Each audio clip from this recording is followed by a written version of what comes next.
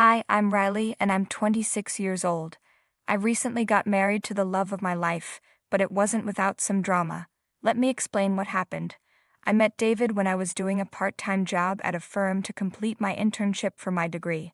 Both of us were interning at the same place, and we often worked on the same projects. That's how we started talking. Soon we began meeting outside of work at cafes and movie theaters. We went on several dates before making our relationship official. David was studying at a college in a different state, but his hometown was the same as mine. He was in town because he had a semester off for his internship and chose to do it in our hometown. I was so glad he made that choice because I got to meet such an amazing man. David and I shared a love for many things, and we bonded over that. When it was time for David to go back to college, we were both heartbroken. I remember him being at my place the night before he left, and we just cried in each other's arms. David didn't want to leave me either. I made him promise to stay in touch every day, and he did. We both promised to take care of our health and to visit each other whenever we have free time. We spent the rest of that night making promises and holding each other close. After David left, we kept all our promises. Whenever one of us had a long break, we would fly to see each other. We talked on the phone for hours every day and kept each other updated on everything. That's how we kept our relationship strong. After a year of dating, we introduced each other to our families. My family welcomed David with open arms and loved how happy he made me. They had no problem considering him a part of the family. However, David's family was harder to win over. David's family was pretty conservative and didn't like the idea of their children dating while they were still in school, but they agreed to meet me anyway. At first, it was a bit awkward, but eventually, David's dad and siblings warmed up to me. The only one who didn't was David's mother, Greta. Greta was cold to me from the moment I arrived until the moment I left that weekend. She found every chance to make rude comments about me, mocking my choice of school and my interests. On my first night there during dinner, Greta even insulted my family's social standing. I was really upset when she said those things about my parents, and the rest of the table was shocked. David stood up for me though. "Mom, you're not allowed to talk to Riley so rudely," he said. Greta brushed it off. "Relax, I'm just stating facts." "Those facts are hurtful and untrue," David replied. "Well, maybe there's some truth to them since she didn't choose the better school. Riley's choices are not yours to judge. You owe her an apology." "Oh please." "Fine, sorry, whatever." "That's not sincere, Mom. Apologize properly." "Sorry, Riley." "Thank you." David then told his mom, "Treat Riley with respect, or you won't be a part of our lives." After that, dinner continued, but it was still very awkward. I was hurt and upset by how David's mother treated me. She didn't even know me, and yet she was so harsh. I knew I didn't choose the most prestigious school, but that was because I wanted to stay close to home and be with my family. My parents could afford to send me to a better school, but I chose to stay. I loved that David stood up for me, especially against his own mother.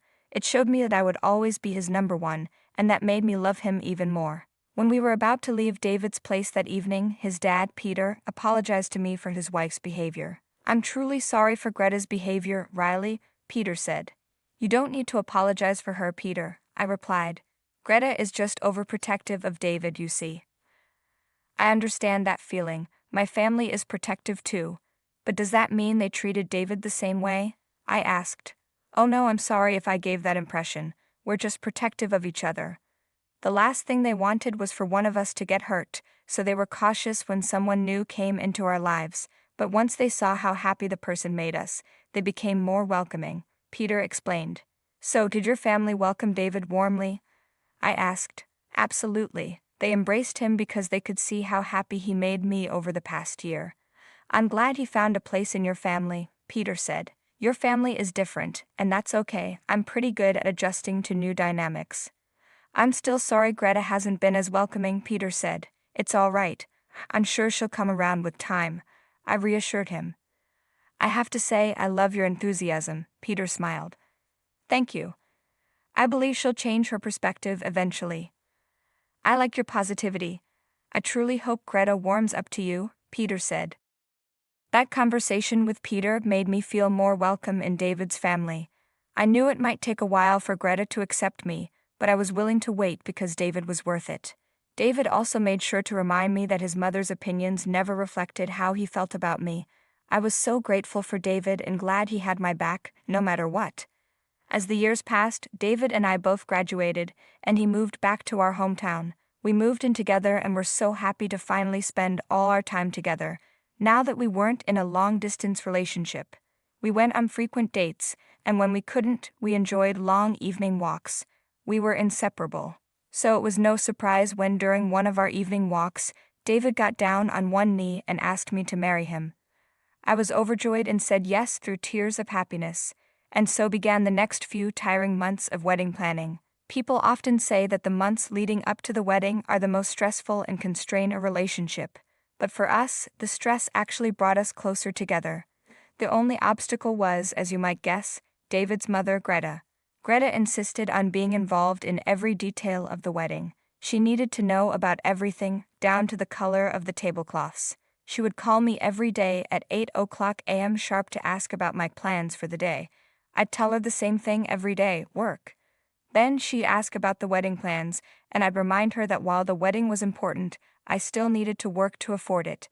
Greta would huff and tell me to take the wedding more seriously. At first, her comments annoyed me, but over time I learned to let them slide. I'd just say yes, and she'd make me promise to involve her in everything related to the wedding. I'd roll my eyes and agree but didn't actually involve her. After a while, I started feeling bad for not including Greta, so I talked to David about it. I feel bad for not involving Greta. I know her calls are annoying, but involving her might help my relationship with her, right? I asked David. Honestly, I doubt it, my love, David replied. What do you mean? I asked. She has this need to control everything, to the point where it could actually ruin the occasion, David explained. I see. Maybe we could let her help out with just a small part of the planning, I suggested. I know how you feel. You could let her help with something small, but don't get your hopes up. I'll keep my fingers crossed that she'll appreciate the chance and treat me well, I said. Just remember, David started to say. I've got your back no matter what, David reassured me. Thanks, babe. Let's hope for the best, I replied. I decided to let Greta help me pick out the cake for the wedding. I made it clear that while she could offer suggestions, I wasn't obligated to follow them. Greta agreed and told me not to worry. But when the day came to visit different vendors, Greta completely ignored my wishes. She made a big fuss about everything, from the appearance of the stores to the prices. She purposely criticized everything I liked and tried to haggle with the vendors. I was beyond embarrassed by her behavior, but out of respect for her being my future mother-in-law, I kept quiet. I knew David wouldn't have minded if I spoke up, but I decided to cut the day short instead. I told Greta I had urgent work to attend to, and that we could meet up later to finalize the cake details. I left before she could accuse me of not taking the wedding seriously because I'd had enough of her for the week. When David got home from work, he took one look at me and started laughing. Through his laughter, he asked, "So, how was your day with Mom?" "Oh, you have no idea. She embarrassed me the entire time," I replied. "Really? That's bad," David said, concerned. "Yeah. Bad enough that I think we need new vendors now." "See, I knew involving her was risky," he said, shaking his head. "I was just trying to make things better between us," I admitted. "My love, I'm going to remind you again that my mom's behavior doesn't define our relationship. I love you no matter what. Thanks, darling. Maybe I won't involve Greta anymore. Sounds like a plan." And so the rest of the months leading up to the wedding went on as before, with Greta continuing to ask to be involved. I kept making excuses to keep her at a distance. Eventually, David stepped in. "Mom, we want to plan our wedding ourselves, without anyone else's input," he told her. "How could you manage such an important day on your own?" she asked, shocked. "Well, I'm not the only one planning the wedding. Riley is involved too," David explained. "She must be the one pushing you to exclude me." "I'm telling you, she's not good for you," Greta insisted. "No, listen. I was the one who suggested not involving you. In fact, Riley was the one who asked me to give you a chance. You need to stop blaming her. You wanted to exclude me." "How could you do this to your own mother?" Greta said, hurt.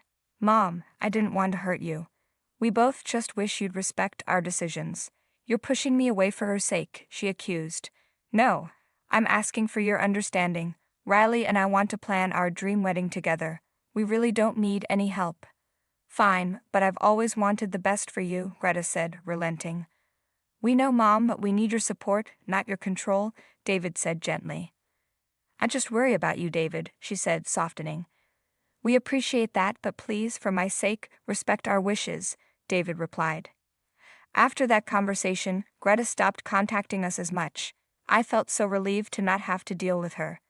David and I were finally able to fully focus on planning our wedding. When the big day arrived, I was a bundle of nerves and excitement. I was thrilled to finally marry the love of my life, and I desperately hoped everything would go smoothly. The ceremony went off without a hitch, and David and I were legally married. We were over the moon and couldn't wait to celebrate with drinks and dancing at the reception. However, things didn't go as smoothly as I had hoped. The reception started off well, but at some point, Greta had one drink too many. She ended up getting really drunk and caused a massive scene. She grabbed hold of me and loudly declared that she would never accept me as part of her family. I squirmed uncomfortably as I tried to free myself from Greta's strong grip. David, on the other hand, was furious. Mom, let go of Riley, he demanded. Oh, David, I've always known what's best for you. She's not right for you, Greta insisted. I've had enough of your behavior. Leave now, David replied, his voice firm. You won't throw your own mother out of your wedding, Greta protested. I'm dead serious. I won't tolerate any disrespect toward my wife, David declared. Peter, David's father, walked over and asked, What's going on here? Mom came over just to humiliate and insult Riley. I want her to leave. I won't have her treat Riley this way, David explained. What is wrong with you? I'm just being honest, Greta defended herself. Honesty doesn't give you the right to humiliate or insult us. I don't want to be associated with that, David replied sternly. Greta, let go, Peter said firmly. You can't be serious, Greta responded, shocked. Peter calmly said, Enjoy the rest of your evening and congratulations again, before walking away. I was very upset by the scene Greta had caused, but what upset me even more was that Peter couldn't enjoy the day with us. Still, the party carried on, and the day remained memorable for David and me. A couple of weeks later, David and I were buzzing with excitement as we prepared for our honeymoon to Italy. Visiting Italy was on both of our bucket lists, and we wanted our honeymoon to be as romantic as possible. We waited impatiently for the day to travel. Finally, when the day arrived, David and I frantically made sure we had all our passports and luggage together. Just as we were about to leave for the airport, our doorbell rang. We looked at each other in confusion because we didn't know who would come to our place that early in the morning. When we opened the door, we were shocked to see Greta standing there with her bag packed and her passport in hand. David looked at his mother angrily. What are you doing here, Mom? He asked. What do you mean? Quit playing dumb, Greta replied. Oh, I just thought I'd join you on your holiday. This isn't a holiday, and you know it. How did you even know about our honeymoon dates? David demanded. You logged into your email on my laptop once and forgot to log out, Greta explained. When was this? College, maybe? I can't remember, David said, surprised. You've been keeping tabs on him since college? You're insane, I exclaimed. I'm not insane. A concerned mother looks out for her son. And why on earth would you want to come on our honeymoon? I asked, still in disbelief. I won't rest until I show David you're not good enough, Greta insisted. That's enough. Leave, David said firmly. I'm not leaving, Greta replied stubbornly. David was seething with anger. I held his arm to calm him down. He then looked at me and smirked. What's your plan? I asked. If my mother wants to sabotage us, let's play her own game, David said with a grin. I don't get it. What do you mean? I asked, confused. Remember our cop costumes from last Halloween? David asked. Yeah, why? I replied. Where are they? He asked eagerly. They're in the box on top of the wardrobe, I answered. Perfect, David said, then rushed into the bedroom. I stood awkwardly with Greta in the doorway. She smirked at me, thinking she had won. I heard David rummaging around in the bedroom before finally emerging with our luggage. He asked both of us if we were ready to leave. We nodded and Greta walked with a spring in her step. David was insistent on helping his mother with her bags. While loading Greta's bag into the car, I noticed David slipping something into it. David looked at me and winked. I was confused but couldn't help but feel a rush of excitement. David insisted that I drive the entire way to the airport. David remained on his phone, but that didn't stop Greta from talking about how excited she was to spend quality time with David and how they had never had a mother-son vacation. I felt very uncomfortable, while David just ignored everything his mother was saying. When we made it to the airport, we arrived just in time to check in. While David and my luggage checked in smoothly, Greta's bag began beeping in the machine. The TSA made her empty out her carry-on bag. Inside was a book that looked like it had something hidden in it. Now, just to set the scene, there was a large line of people both behind and beside her, all impatient but also curious. Everyone looked at Greta. The TSA officer pulled out the book, and the title was How to Spice Up Your Life in the Bedroom. Inside the book was a pair of handcuffs. I couldn't stop the snicker that escaped me. I immediately recognized the items. The handcuffs were from our Halloween costumes last year, and the book was a gag gift given to David by his friends at his bachelor party. Greta's face turned bright red from the embarrassment. The TSA agent looked at her with a raised brow, while the people around her began snickering and whispering among themselves. Just then, an announcement came through requesting David and me to board our plane. I looked at David in shock. He told me that he had managed to find a flight that was leaving an hour earlier than our original one, and since it was the same airline, they were happy to accommodate the change in time. I let out a full laugh at how everything had turned out. Greta hurriedly tried to stuff the contents of her bag back in, while David and I rushed to our boarding gate. Greta watched in horror as we boarded the plane. She looked angry and embarrassed. She tried to call David, but he let it go to voicemail. David and I enjoyed our honeymoon. Every so often we would remember Greta's face in the airport and burst out laughing. When we came back, David cut off all contact with Greta. We still kept in touch with Peter and even invited him over for dinner one day to share the story. He burst out laughing too and agreed that Greta deserved it. Greta kept trying to approach us, but we never acknowledged or entertained her. The airport incident became a cherished memory for us, one we will definitely recount to friends and family for years to come. Our home is filled with laughter, love, and inside jokes, with the handcuff incident remaining a hilarious testament to our ability to weather storms together. This incident is a reminder that no matter the circumstances, David and I will always find a way to stand by each other, laugh together, and overcome any obstacles that come our way. Our journey continues, full of love and laughter, tied by an unbreakable bond that will remain strong throughout the years. Thanks for listening.